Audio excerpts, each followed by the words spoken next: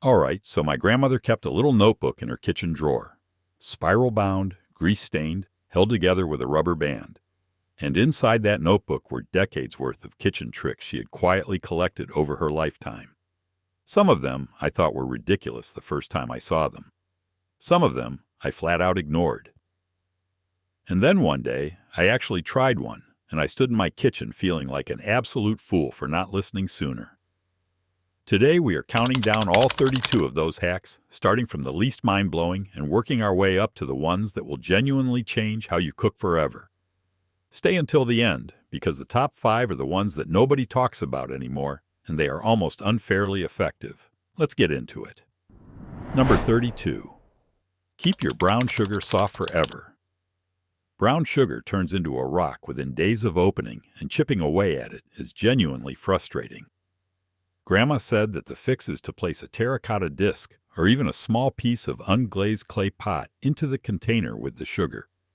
Soak the terracotta in water first. Let it dry to the touch so it is not dripping wet. Then tuck it right in with the sugar. The clay slowly releases that residual moisture into the surrounding air inside the sealed container, keeping the sugar soft and scoopable indefinitely. No more attacking a brick of sugar with a fork. Number 31. Revive stale bread with water. If your bread has gone hard but not moldy, run a little water directly over the crust, just a quick pass under the tap. Then place it in a 300-degree oven for about 10 minutes. The moisture you added on the outside gets converted to steam as the bread heats up, and that steam essentially re-gelatinizes the starch inside, making it taste freshly baked again. This works on rolls, baguettes, and even sliced loaves if you wrap them loosely in foil first. Number 30. Use a toothpick to check oil temperature.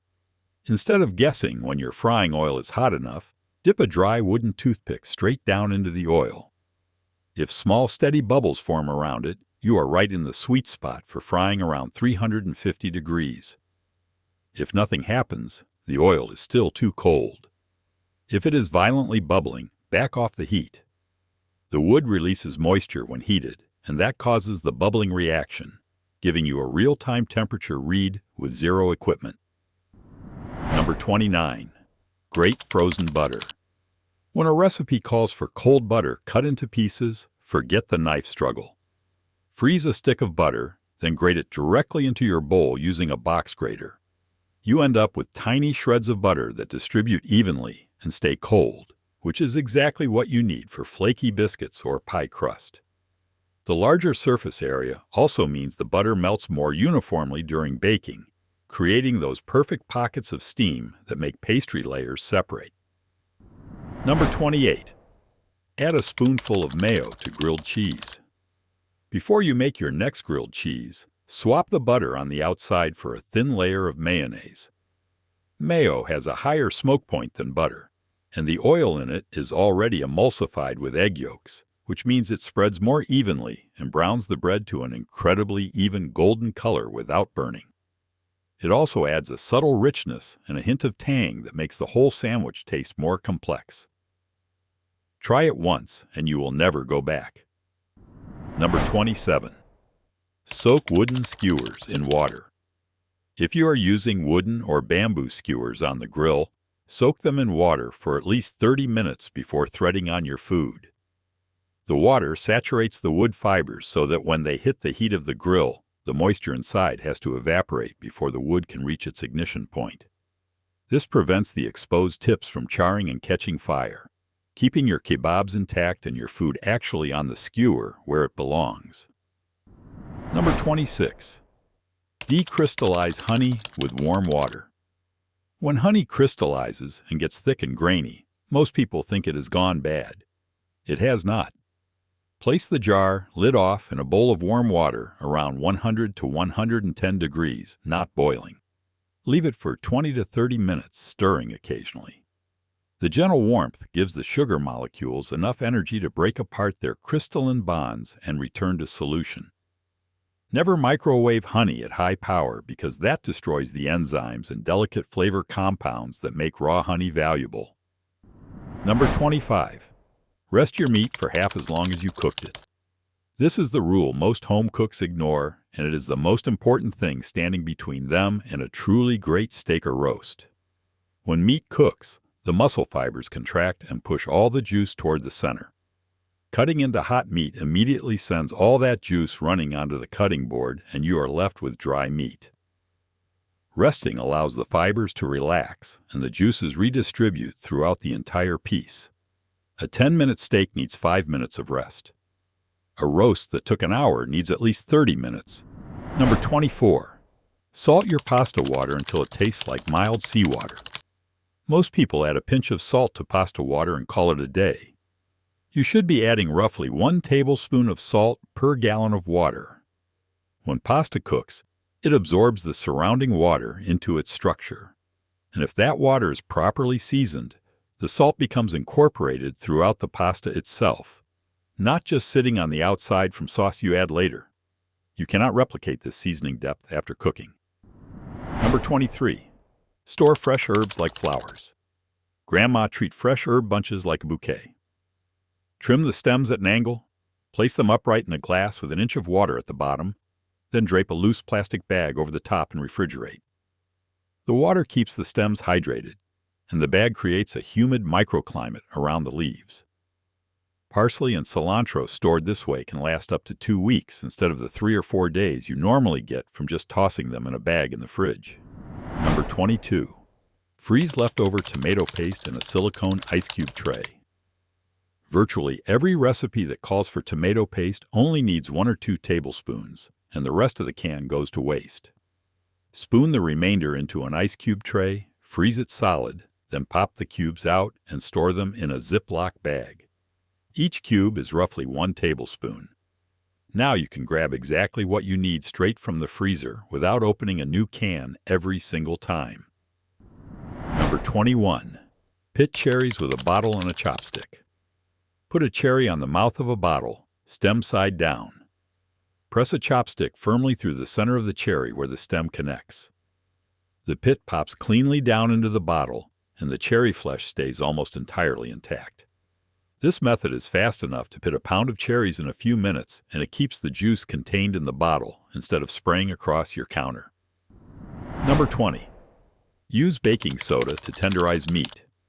Mix a small amount of baking soda, about a 1/4 teaspoon per pound of meat, with just enough water to form a thin paste and rub it over cheaper cuts of beef or pork.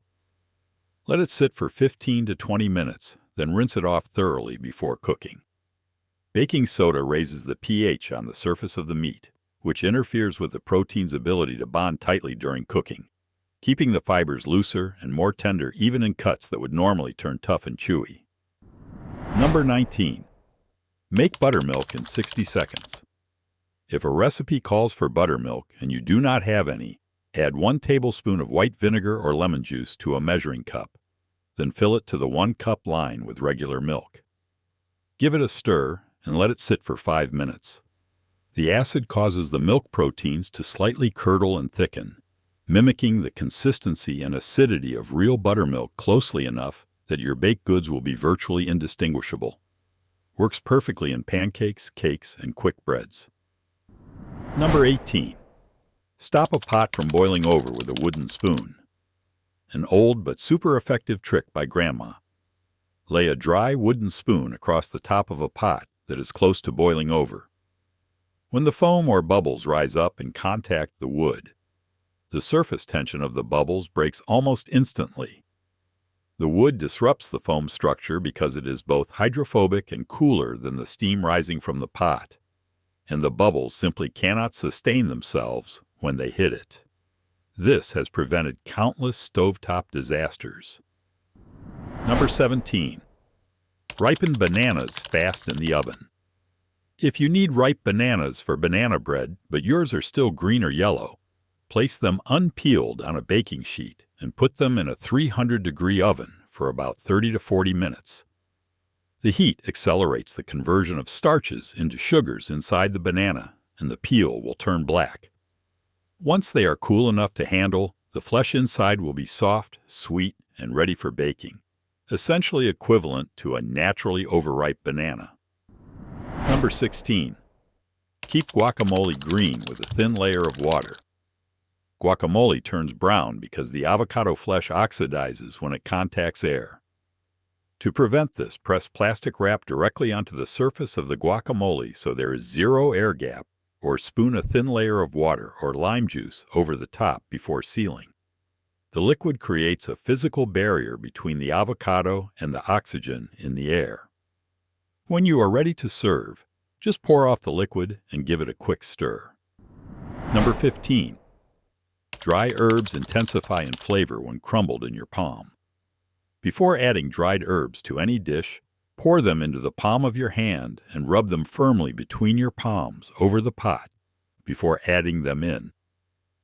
The friction and slight warmth from your hands breaks open more of the herb's cell structure and releases the volatile aromatic oils that give them flavor. Adding them straight from the jar means you are getting only a fraction of their potential potency. Number 14. Peel garlic instantly with 2 bowls. Place an entire head of garlic on your cutting board and press down firmly with the heel of your hand to break it into cloves. Put all the cloves into a large metal or stainless steel bowl. Place another bowl of the same size on top to create a sealed chamber and shake vigorously for about 20 to 30 seconds. The repeated impact against the metal walls loosens and removes the papery skins from virtually every clove. Dump them out and the naked cloves are ready to use. Number 13. Use a cooling rack over a sheet pan for crispier roasted vegetables. Instead of placing vegetables directly on a baking sheet, set a wire cooling rack on top of the pan and arrange your vegetables on the rack. This allows hot air to circulate completely around every surface of the vegetables, including the bottom, so they roast and crisp evenly instead of steaming in their own moisture against the flat pan surface. The result is more caramelized edges and a significantly better texture throughout. Number 12. Salt eggplant before cooking to remove bitterness. Slice or cube eggplant, sprinkle it generously with salt, and let it rest for 30 to 45 minutes on a paper towel-lined surface. You will see droplets of moisture form on the surface. Pat it completely dry before cooking. The salt draws out the moisture through osmosis, and with it goes many of the bitter compounds concentrated in that liquid. The eggplant also collapses slightly, which means it absorbs far less oil during cooking than it otherwise would. Number 11. Let your eggs come to room temperature before baking anything. Cold eggs do not incorporate into batter smoothly, and they can cause cold butter to seize and clump, undoing all of your careful creaming work. Room temperature eggs blend seamlessly into batters and create a more uniform structure. Set them out about 30 minutes before you start baking. If you forgot, place them in a bowl of warm water for 5 minutes. The texture of your cakes, cookies, and breads will be noticeably better every single time. Number 10. Add a piece of bread to keep cookies soft. After baking, store your cookies in an airtight container with a slice of soft white bread. The cookies will pull moisture from the bread through the air inside the container, keeping them soft for days longer than they would be otherwise. The bread dries out and gets hard, but the cookies stay perfect. Replace the bread slice every couple of days if you want to keep the softness going indefinitely. Number 9. Use a fork to tell if oil is ready for frying. Dip a fork into your frying oil and hold it there briefly. If the oil starts to shimmer and you see very fine, steady streams of tiny bubbles forming along the tines of the fork, the oil is at the right temperature. It is the same principle as the toothpick method, but easier to see on a fork's surface area. This saves you from dropping food into cold oil, which causes it to absorb grease instead of searing properly. Number 8. Freeze grapes to chill wine without diluting it. Instead of adding ice cubes to white wine or rosé, which waters it down as they melt, freeze a handful of grapes overnight and drop them into your glass. They chill the wine at the same rate as ice would, but as they slowly thaw, they contribute no additional liquid, and eating the slightly wine-soaked grapes at the end is genuinely delicious. They also look impressive at dinner parties. Number 7. Peel ginger with a spoon. A spoon peels ginger far more effectively than a vegetable peeler or a knife. Press the edge of a regular teaspoon against the ginger and scrape along the surface. The skin comes away cleanly while leaving all of the flesh intact. Ginger has an irregular, knobby surface that makes peelers and knives waste enormous amounts of the actual root. But the spoon flexes into all the crevices. You lose almost nothing. Number 6. Rub a raw potato over a cast iron skillet before its first seasoning. According to Grandma, the starch in the potato helps the initial oil layer bond more effectively to the bare iron surface, creating a stronger foundation for seasoning. Cut a potato in half, pour a thin layer of oil into the pan, and use the cut potato like a scrubber to work the oil into every part of the surface. Bake upside down in a 400-degree oven for an hour. The combination of starch and oil creates a more durable nonstick surface right from the very beginning. Number 5. Put ice cubes on top of your burger patty while grilling. This one sounds counterintuitive, but it is absolute genius. Place 1 or 2 ice cubes directly on top of each burger patty right after you put them on the grill. As the heat from below starts cooking the patty, the ice melts slowly on top, sending a continuous trickle of water down through the meat. This moisture steams the interior of the burger from within, keeping it unbelievably juicy, even if the patty is not a perfectly thick cut. The external heat from the grill still creates your crust and char on the bottom, but the inside stays moist and tender rather than drying out as the fat renders away. It is the difference between a burger that keeps all its juice versus one that shrinks up and turns dry by the time it hits the plate. Number 4. Boil eggs starting from cold water for perfect yolks. Instead of dropping eggs into already boiling water, place them in cold water. Bring the whole pot to a boil together, then immediately reduce to a gentle simmer. Because the egg heats gradually alongside the water rather than hitting a dramatic temperature shock, the proteins cook more evenly from the outside in, giving you consistent yolks without the rubbery white exterior you often get from the boiling water drop method. Number 3. Store cheese wrapped in parchment, not plastic. Plastic wrap traps moisture and creates an anaerobic environment against the cheese surface, which encourages mold growth and also causes the cheese to develop off flavors. Parchment paper allows the cheese to breathe slightly while still protecting it, maintaining the right balance of moisture and airflow for the cheese to stay at its best. Then place the parchment-wrapped cheese loosely inside a Ziploc bag with the seal slightly open for added protection. Number 2. Add a pinch of salt to your coffee grounds. Before brewing, Grandma would add a small pinch of kosher or sea salt directly to your coffee grounds. Salt does not make the coffee taste salty. It suppresses the bitterness receptors on your tongue, which means you taste more of the natural sweetness and complexity of the coffee and less of the harsh bitter notes. This is especially effective with cheaper coffee blends or if you accidentally overbrewed a pot. One small pinch makes a genuinely noticeable difference. And number 1, the one that will change how you think about everything in the kitchen forever. Season in layers throughout the entire cooking process, not just at the end. Every grandmother who ever cooked well understood this instinctively. Add a pinch of salt when you start sweating your onions. Season your protein before it goes in the pan. Add seasoning again when you introduce liquid or vegetables. Taste and adjust before serving. Each addition of salt at a different stage affects the food differently, drawing out moisture, building flavors, balancing acids. A dish seasoned only at the end has a sharp, flat saltiness sitting on its surface.